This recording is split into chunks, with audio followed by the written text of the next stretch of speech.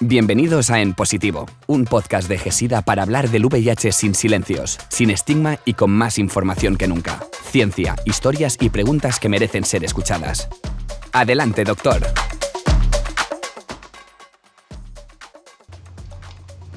Hola a todas, bienvenidos al podcast En Positivo de GESIDA. Soy María Martínez y gracias Esteban por hacerme esta pregunta, que espero poder responderla a lo largo del episodio. En este podcast de hoy vamos a hablar sobre chemsex. Para empezar, es importante decir una cosa. El ser humano siempre ha buscado formas de aumentar el placer sexual. Desde hace siglos, distintas culturas hemos utilizado sustancias en contextos sexuales, y esto no es algo nuevo. Lo que sí es más reciente es cómo ha cambiado la forma de relacionarnos, de vincularnos, y en ese contexto aparece lo que hoy llamamos chemsex. El chemsex es básicamente el uso de ciertas drogas con la intencionalidad de tener relaciones sexuales para que sean más intensas, más largas o más desinhibidas.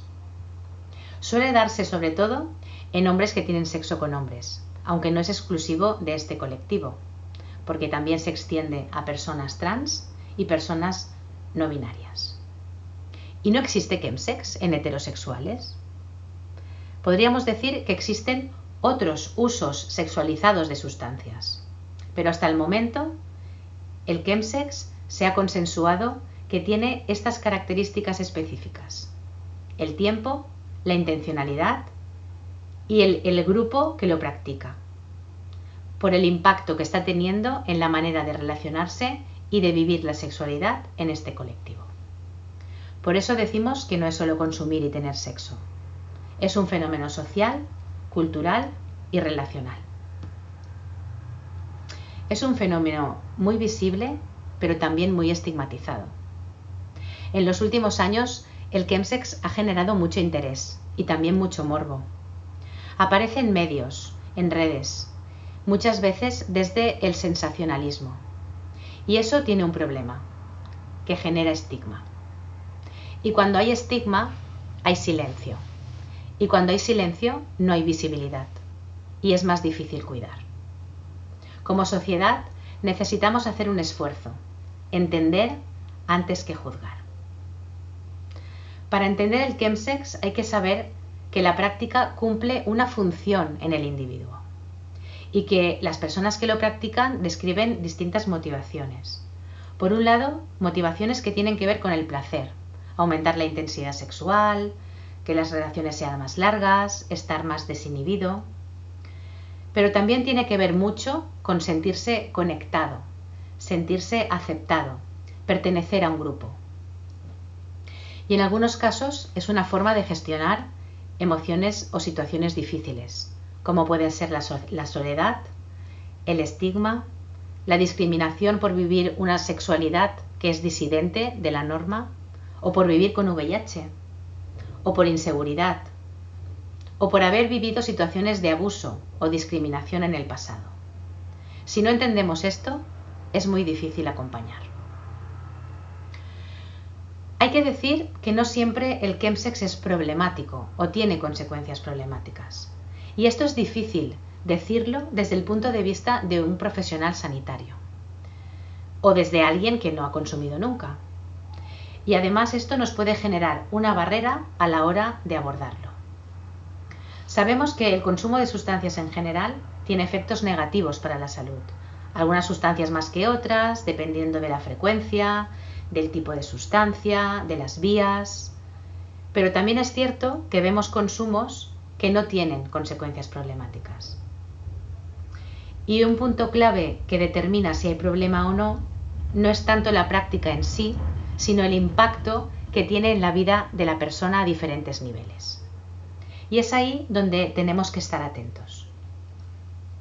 Está descrito que a nivel físico puede aumentar las infecciones de transmisión sexual. Hay también descritas intoxicaciones o pérdidas de conciencia o incluso casos de muerte. También hay problemas derivados de las sustancias en sí, ¿no? De las drogas, como son alucinaciones, cuadros psicóticos, adicción a las sustancias, adicción al sexo. A nivel emocional también genera ansiedad, puede generar depresión una sensación de vacío después de la práctica. También dificultad para disfrutar el sexo sin drogas y poder reconectar con el placer desde otras experiencias.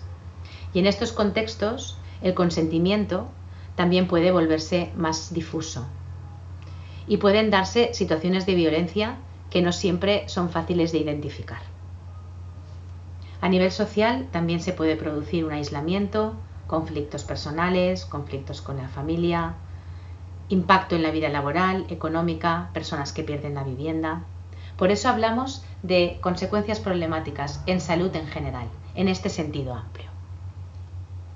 ¿Y cómo abordamos el chemsex los profesionales sanitarios? Pues el abordaje no va de juzgar ni de obligar a nadie a dejar de hacer nada.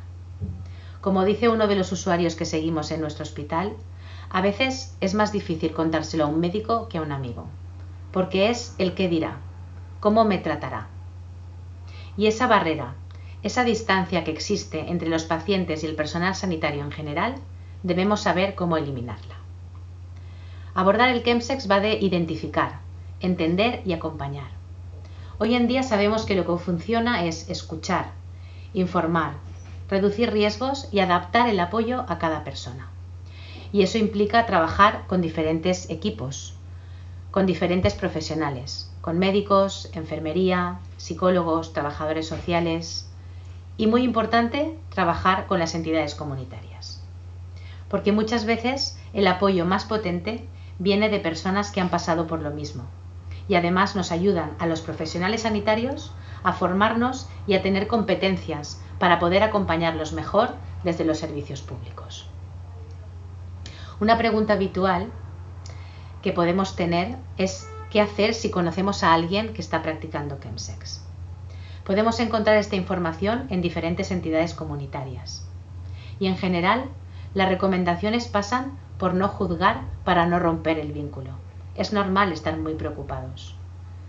Es importante escuchar antes que aconsejar, mantenerse cerca aunque sea difícil y acompañar desde el respeto, facilitando el acceso a recursos profesionales o comunitarios cuando la persona lo necesite o esté capacitada. En definitiva, acompañar no es controlar, sino estar presente de forma respetuosa. Finalmente, me gustaría acabar diciendo que el chemsex no define a las personas. Es una experiencia compleja en la que se mezclan placer, emociones, relaciones y también a veces vulnerabilidad. Y pone de manifiesto la necesidad de plantearnos desde dónde vivimos la sexualidad como sociedad, cómo abordamos el deseo, el placer, el cuidado, que es transversal y nos afecta a todas. Hablar de ello sin estigma es el primer paso para cuidarse, romper ese silencio, porque lo que no se nombra no se puede abordar. Muchísimas gracias a todos. Si os ha gustado y os ha parecido relevante, podéis escribir en comentarios o darle a me gusta. Y en el siguiente episodio, Lucio os va a hablar de si nos hacemos suficientes pruebas. Y una pregunta, Lucio. ¿Cómo crees que cuidamos nuestra salud sexual? ¿Cómo crees que vivimos el placer? Gracias por acompañarnos en Positivo. Seguimos hablando del VIH, sin silencios y con más información que nunca. Nos escuchamos en el próximo episodio.